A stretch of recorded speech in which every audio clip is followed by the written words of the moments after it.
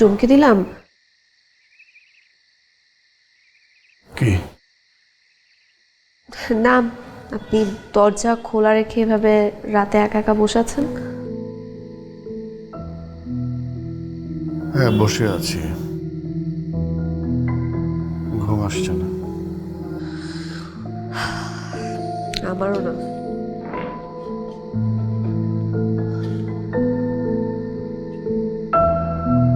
কেন? বাবাকে নিয়ে খুব টেনশন হচ্ছে। বাবার অফিসে অনেক বড় একটা ঝামেলা হয়ে গেছে। খুব ইম্পর্টেন্ট একটা ফাইল চুরি হয়ে গেছে। ফাইলটা না পেলে বাবার চাকরি তো যাবেই, তার উপর লিগ্যাল ঝামেলাও হতে পারে। আমি বুঝতে পারছি না আসলে কি করবো কি। কে চুরি করেছে সেটা আপনার বাবা বুঝতে পারে নাই?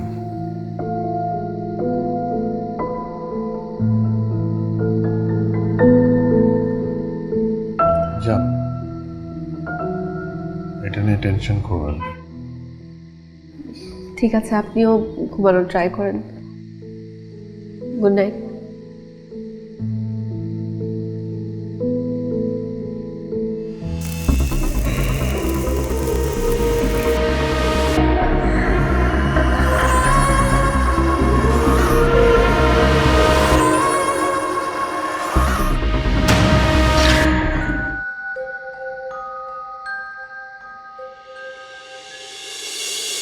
জানেন, কয়েকদিন ধরে না আমাদের সাথে খুব অদ্ভুত অদ্ভুত ঘটনা ঘটছে।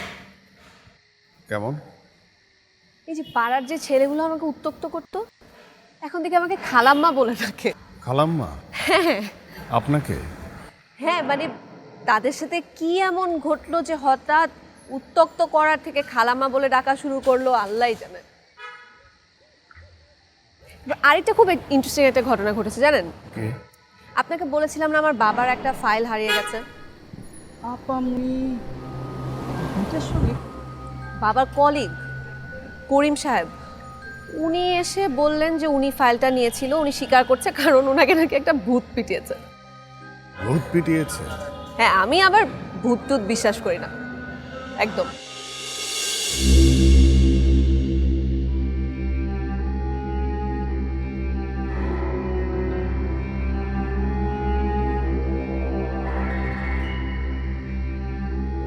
আপনি কি আমার সঙ্গে রসিকতা করছেন? না, মানে যেটা ঘটেছে সেটা শেয়ার করছি। যা ঘটেছে ঘটেছে, আমি জাস্ট খুশি যে আমাদের যেসব সমস্যা ছিল সেগুলো আস্তে আস্তে সব সমাধান হয়ে যাচ্ছে। ঠিক আছে, চলেন। কি? এটা পরে যাবে।